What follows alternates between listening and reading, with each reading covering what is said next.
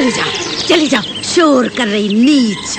मंथरा, तुम चिड़ियों को क्यों कोस रही हो? कैकेयी, सजने का ये भी कोई समय है तुम्हारा? पूरे राज्य पर जब दुर्भाग्य के बादल मंडरा रहे हो। मंथरा, तुम्हें मालूम नहीं क्या? हमारे प्रिय पुत्र राम कल अयोध्या के महाराज बनने वाले हैं। बुद्धू औरत, वो ही तो तुम्हारा दुर्भाग्य है रानी जी। ओ कैकेयी, तुम तो बड़े भोली हो, दाव पेच नहीं जानते। देखा तुम्हें राजा दशरथ ने कैसा धोखा दिया है। मुंह बंद कर मंथरा, लज्जा नहीं आती तुझे महाराज के लिए ऐसे शब्द बोलते हुए? पर ये सोचो तुम, महाराज ने भरत को अयोध्या से बाहर क्यों भेजा हुआ है, वो भी ऐसे शुभ समय पर। क्यों? लेकिन उन्होंने ऐसा क्यों किया? कौशल्या बड़ी चतुर है, शायद महाराज को उसी ने सलाह दी होगी। तुम तो बहुत चहेती रानी हो ना महाराज की, यही कौशल्या की जलन है तुमसे। जलती है वो तुम्हारे यौवन और सुंदरता से। पर मैं क्या करूं? सब कुछ छोड़ दो, तुम सच्ची मित्र और चतुर मंथरा पर।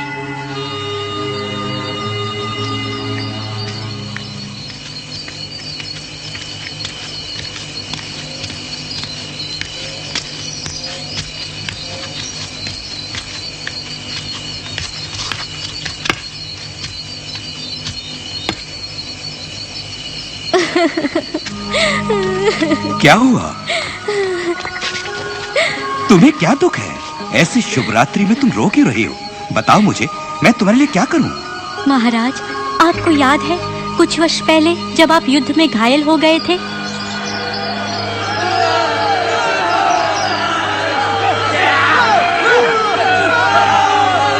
मैंने आपको बचाया था और उस समय आपने मुझे 2 वरदान दिए थे।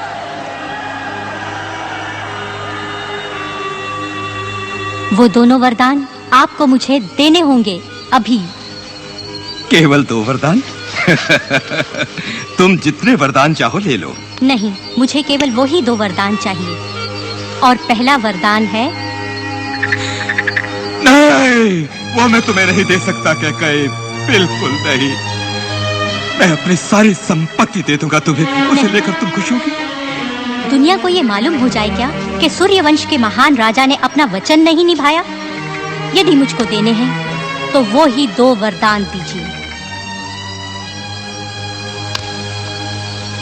उन 2 वचनों में पहला वचन था कैकेयी के पुत्र भरत राजा बने, और दूसरा वचन था राम को 14 बरस का वनवास। भैया, आपको सुनाई नहीं दिया लोगों का विलाप?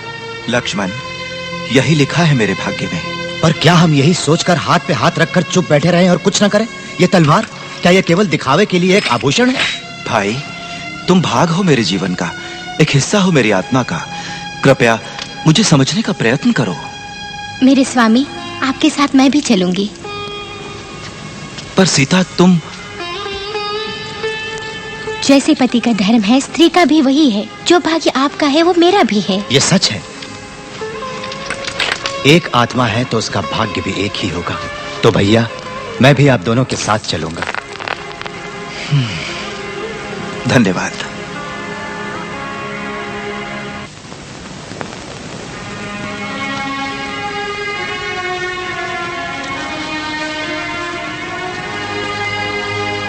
माँ, आप चिंता न करना, 14 वर्ष वन में जल्दी ही बीत जाएंगे।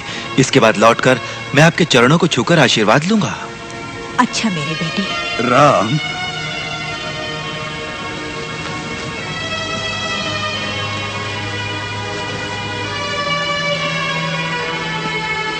राम, दोष क्यों नहीं देते तुम मुझे? तुम द्रोही क्यों नहीं कहते मुझे? इससे मेरा पाप कट जाएगा। ना ही मुझे ये राज्य प्यारा है और ना ही अधिकार। मुझे जाने से पहले आपका आशीर्वाद मिल जाए तो बहुत है पिताश्री। मेरे बेटे, वंश के परदादाओं का मान बढ़ाना, कुशल मंगल लौट आना। दुनिया में ऐसा महान बेटा और किसका होगा? मंत्री जी, राम के साथ वन में जाने के लिए रथ, हाथी, घोड़े और सेना का प्रबंध कीजिए। जो आज्ञा महाराज। पिताश्री, प्रकृति ने स्वयं प्रबंध किया हुआ है मेरा, तो मुझे जरूरत क्या है पूरे आडंबर और ठाट बाट की?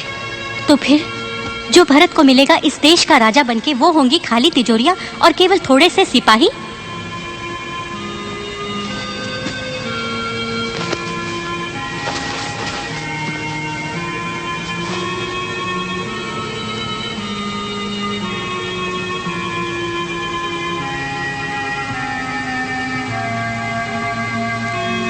माता, आप आशीर्वाद दीजिए अपने बेटे को।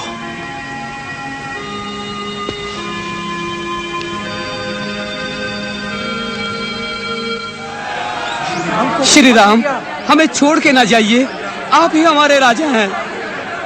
मेरे प्यारे अयोध्या वासियों, आपको मालूम है मुझे कितना प्यार है आपसे। आप मुझे कितना चाहते हैं ये मुझे मालूम है। आप यदि मुझे प्यार करते हैं तो मेरे भाई भरत को भी प्यार कीजिए। वो आपके प्यार के और आपके राजा बनने के योग्य है। सहयोग दीजिए उन्हें, मैं विनती करता हूं। सहयोग दीजिए मेरे दुखी पिताश्री को। मेरे प्यारे अयोध्या वासियों, यही मेरी प्रार्थना है आपसे। श्री राम बचाइए।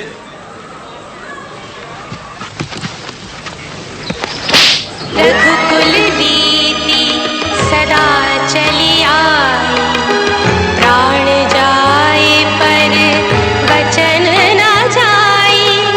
धर्म देश जाति की रक्षा, राम नाम से कर ले भाई। से मनवा श्री राम का सुख धाम का। शिव शंकर ने जाप किया था, दो अक्षर के नाम का। मंगल में श्री राम का।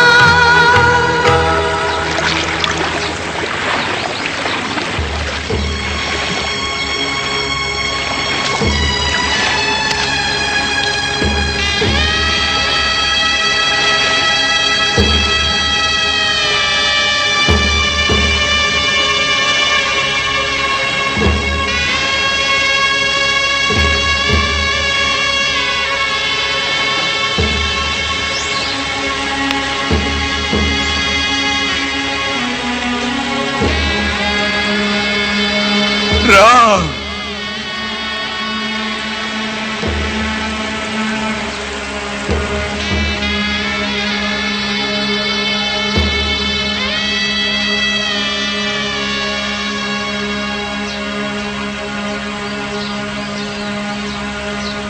छह